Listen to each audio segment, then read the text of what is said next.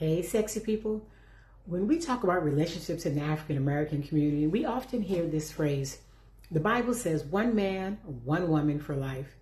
But if you actually open the Bible, that's not the story you find.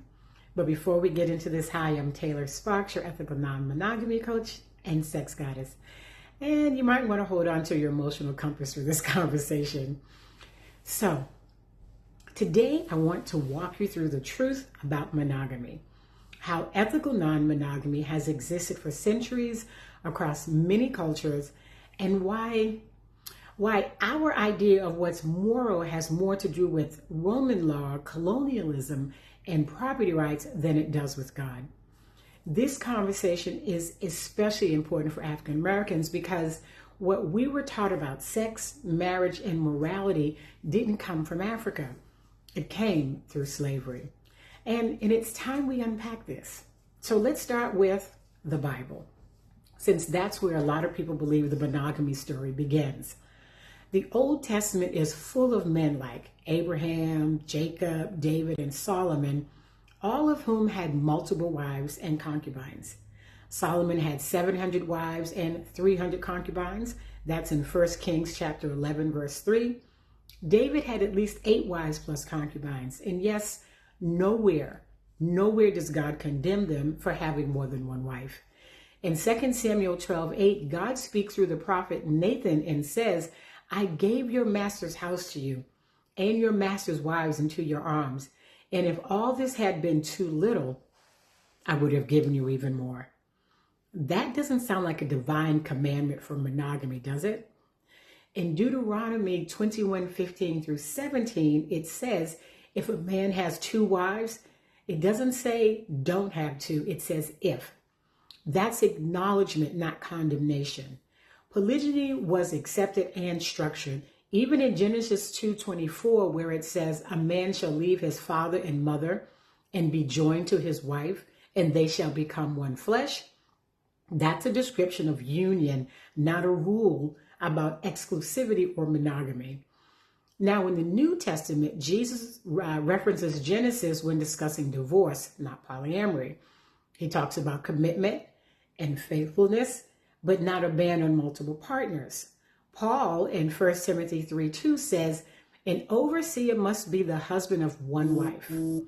That's an instruction for church leadership, not a universal law for all believers. And it's probably about avoiding scandal, not erasing polygamy. Well, not erasing polygamy from society. So once again, the Bible doesn't command monogamy. It describes monogamy as one valid option, but never as the only one. Now let's talk about the Quran. In Islam, the Quran permits polygyny up to 4 wives, but only if a man can treat them equally and justly. That's in Surah 4, verse 3. And if he can't treat them equally, then the Quran recommends monogamy. But again, non-monogamy is acknowledged, structured, and allowed. Now, here's the bigger truth. Monogamy has never been the only way people have loved or partnered. Across the world for thousands and thousands of years, people have practiced ethical, communal, and consensual non-monogamy. Let's talk about Africa. Polygyny was practiced throughout West, Central, and Southern Africa. A man with multiple wives was expected to provide for all of them. Wives often lived in their own homes, had their own land and children, and worked cooperatively, not competitively. Polyandry, my preferred style, one woman with multiple husbands, was rare, but it did exist.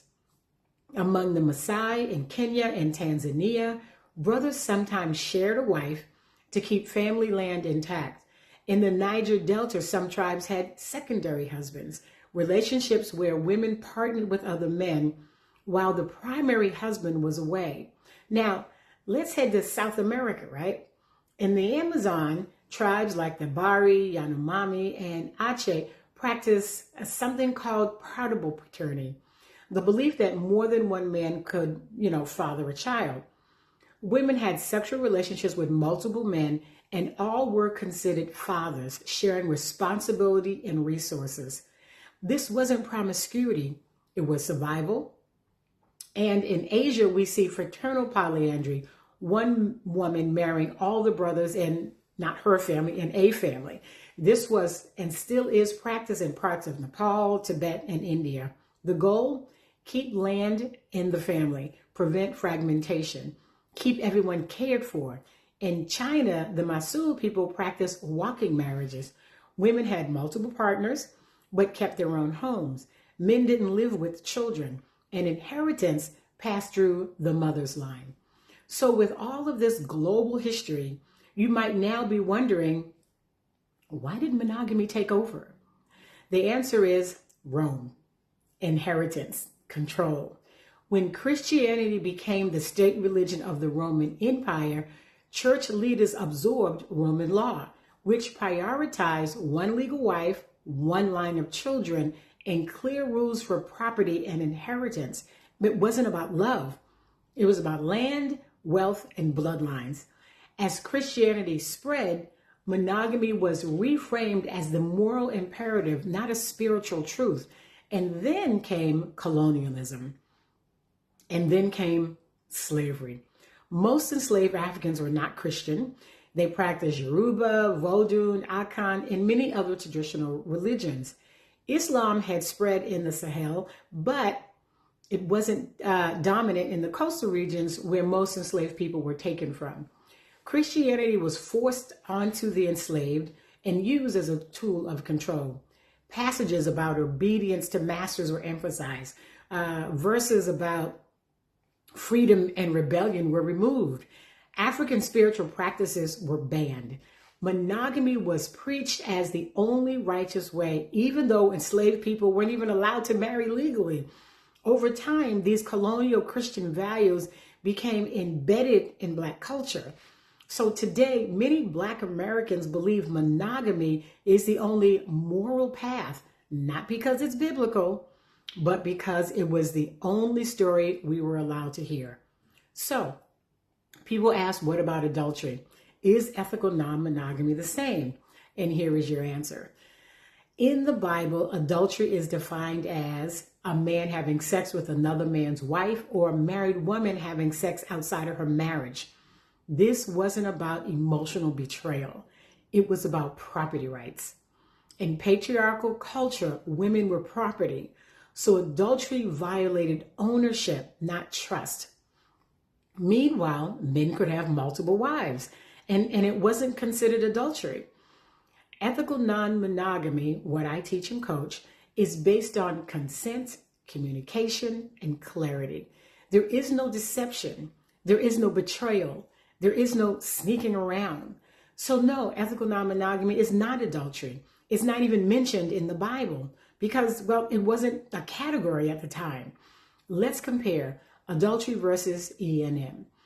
No consent versus full consent. Adultery is based on lies. E&M is built on honesty. Trust broken versus trust negotiated. Adultery defined as sin versus E&M, not addressed. So let me say this. Monogamy is not the only righteous way to love. The Bible doesn't forbid multiple partners. The Quran allows it. Judaism practiced it. Many African, South American, and Asian cultures honored it. It wasn't God who said one man, one woman forever. It was the Roman Empire, colonialism. Ethical non-monogamy is not about rejecting your faith at all. It's about returning to honesty, structure, and consent. Values that existed long before we were told there was only one way to love. Now, let me say this. This is not made up by me. You don't even have to take my word for it. Check the Bible for yourself. Do your own research on the history of marriage, relationships, and religion. It's a Google away. This isn't about whether monogamy is better or worse than non-monogamy. And some of you think that, well, maybe that's just your interpretation, Taylor. Well, if I'm interpreting it, so are you. You're just using the church's interpretation, which was passed down through colonialism and European power structures. The Bible never commands monogamy, never condemns polygyny, and is filled with righteous men who had multiple wives. So unless you talk to God personally, you're just repeating what someone told you. And that person probably learned it in a seminary founded by colonizers who told us we were property, not people. And another truth is, we weren't even allowed to read the Bible during slavery. We weren't allowed to interpret it. We weren't even allowed to think for ourselves. So we inherited beliefs that served our oppressors, not our liberation.